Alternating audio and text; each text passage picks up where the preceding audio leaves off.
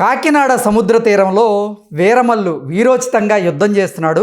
ఇక ద్వారంపూడి పరిస్థితి అగమ్యగోచరమే అంటూ ఒక వార్త సోషల్ మీడియాలో చక్కర్లు కొడుతున్న నేపథ్యంలో అసలు కాకినాడ తీరంలో వీరోచితంగా యుద్ధం చేస్తున్న ఆ వీరమల్లు ఎవరు, దానివల్ల ఇప్పుడు వైసీపీ నేతకి ఎటువంటి కష్టాలు రాబోతున్నాయి అనేది మనం విశ్లేషణ చేసుకునేటువంటి ప్రయత్నం చేద్దాం. ప్రస్తుతం మనతో పాటు ఉన్నారు ప్రముఖ రాజకీయ విశ్లేషకులు, ప్రముఖ సీనియర్ జర్నలిస్ట్ సిఎస్ రావు గారు. సార్తో మాట్లాడదాం.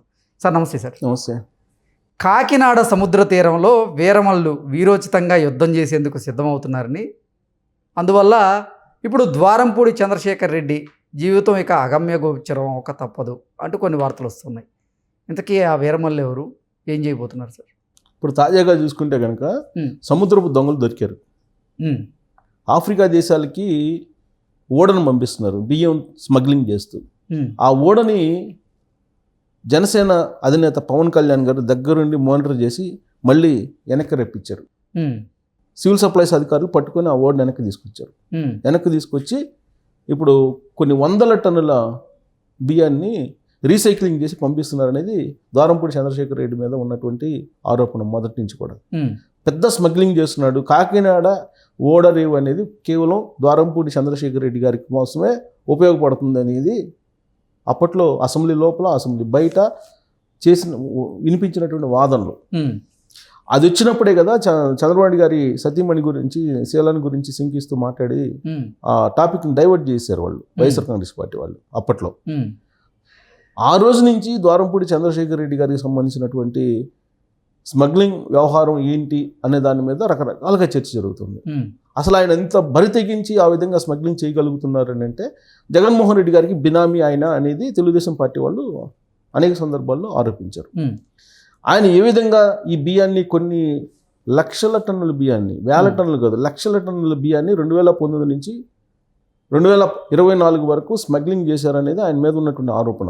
అది నేను చేయటం కాదు, జనసేన పవన్ కళ్యాణ్ గారు ప్రతి వేదిక మీదకి చేశాడు. ప్లస్ ద్వారంపూడి చంద్రశేఖర్ రెడ్డి గారి నియోజకవర్గం కాకినాడ వెళ్ళి కాకినాడలో ప్రసంగిస్తూ పవన్ కళ్యాణ్ గారు ఛాలెంజ్ కూడా చేశారు. జైల్లో కూర్చోబెడతాను, నేను తీసుకొచ్చాను, ఎవరు అడ్డొస్తారో చూస్తాను అని చెప్పి పేదలకు చెందాల్సినటువంటి బియ్యాన్ని, రేషన్ బియ్యాన్ని 10 రూపాయలకు కొనుగోలు చేసి దాన్ని రీసైక్లింగ్ చేసి సౌత్ ఆఫ్రికా లాంటి కంట్రీకి, ఆఫ్రికా కంట్రీలకు పంపించి కొన్ని లక్షల కోట్ల రూపాయల స్మగ్లింగ్ చేస్తున్నారు. ఈ సముద్రపు దొంగల్ని పట్టుకొని తీరతాను అని చెప్పేసి ఎన్నికల ముందు పవన్ కళ్యాణ్ గారు చేసినటువంటి ఒక ప్రామిస్. దాన్ని నెరవేర్చడానికి మంత్రి నాదెండ్ల మనోహర్ ఆల్రెడీ కాకినాడ మీద నిఘా వేసి అక్కడ ఆల్రెడీ ప్రభుత్వం మారగానే ఇమ్మీడియట్గా అక్కడ ఉన్నటువంటి కొన్ని టన్నుల బియ్యాన్ని సీజ్ కూడా చేశారు. సీజ్ చేశారు, చాలా వరకు నియంత్రించేటువంటి ప్రయత్నం చేశారు స్మగ్లింగ్ని. కానీ ఢిల్లీలో ఒక కీలకమైనటువంటి బీజేపీ నేతను పట్టుకొని ఆంధ్రప్రదేశ్కి సంబంధించిన అతన్ని అక్కడ దొడ్డుగా ఉన్న పర్మిషన్స్ తీసుకొచ్చుకొని మళ్ళీ ఎగుమతుల్ని ప్రారంభించారు. దీనికి సంబంధించిన న్యూస్ని మనం 3-4 నెలల క్రితం కూడా ఇచ్చాం. ఢిల్లీ వెళ్ళి బీజేపీ నేతను ఎవరిని పట్టుకున్నారు, వీళ్ళు ఏ నేత ద్వారా వీళ్ళు మళ్ళీ స్మగ్లింగ్కి, ఎగుమతులకి పర్మిషన్ తీసుకొచ్చుకున్నారు, ఎగుమతులు పర్మిషన్ ఇచ్చిన తర్వాత వీళ్ళు ఏ విధంగా మళ్ళీ ఇప్పుడు స్మగ్లింగ్కి మళ్ళీ యథాతథంగా ఇంతకుముందు 2019 నుంచి 2024 వరకు ఎలా చేశారు, ఇప్పుడు ఎలా అలానే చేస్తున్నారు అనేది ఇప్పుడు మళ్ళీ తాజాగా బయటపడుతుంది. అంటే ప్రభుత్వం ఏదున్నా సరే వీళ్ళ హవా, వీళ్ళ స్మగ్లింగ్, వీళ్ళ దొంగతనాలు ఆగట్లేదు. దానికి కారణం ఏంటంటే పకడ్బందీగా యంత్రాంగం లేకపోవడం. అందుకే డైరెక్ట్గా జనసేన పవన్ కళ్యాణ్ గారే పిడుగులాగా కాకినాడ పోర్టు మీద నిఘా పెట్టి ఆయనే స్వయంగా రంగంలో దిగి స్మగ్లింగ్ చేసి వెళ్తున్నటువంటి ఓడని మళ్ళా సముద్రం నుంచి వెనక్కి రప్పించాడని చెప్పి తాజా న్యూస్.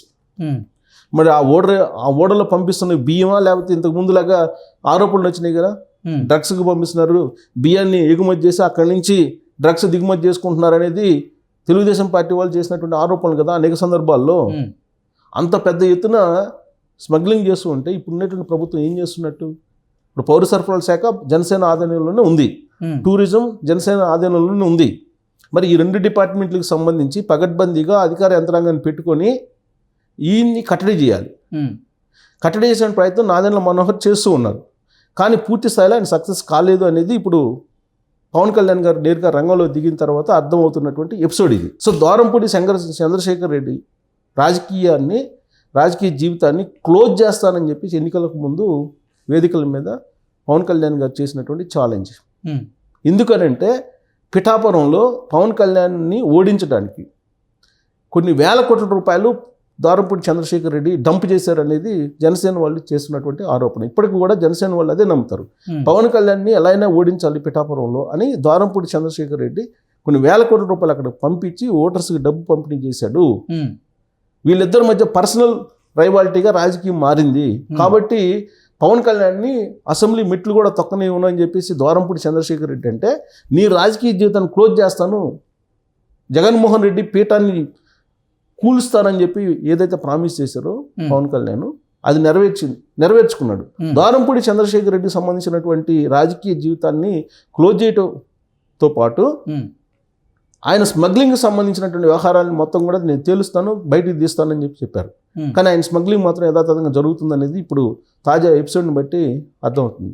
అంటే ఒక రూపం నుంచి మరొక రూపానికి సంతరించుకుంది, అంతే తప్ప పూర్తి స్థాయిలో స్మగ్లింగ్ క్లోజ్ కాలేదు అనేది ఇప్పుడు తాజాగా బయటపడింది.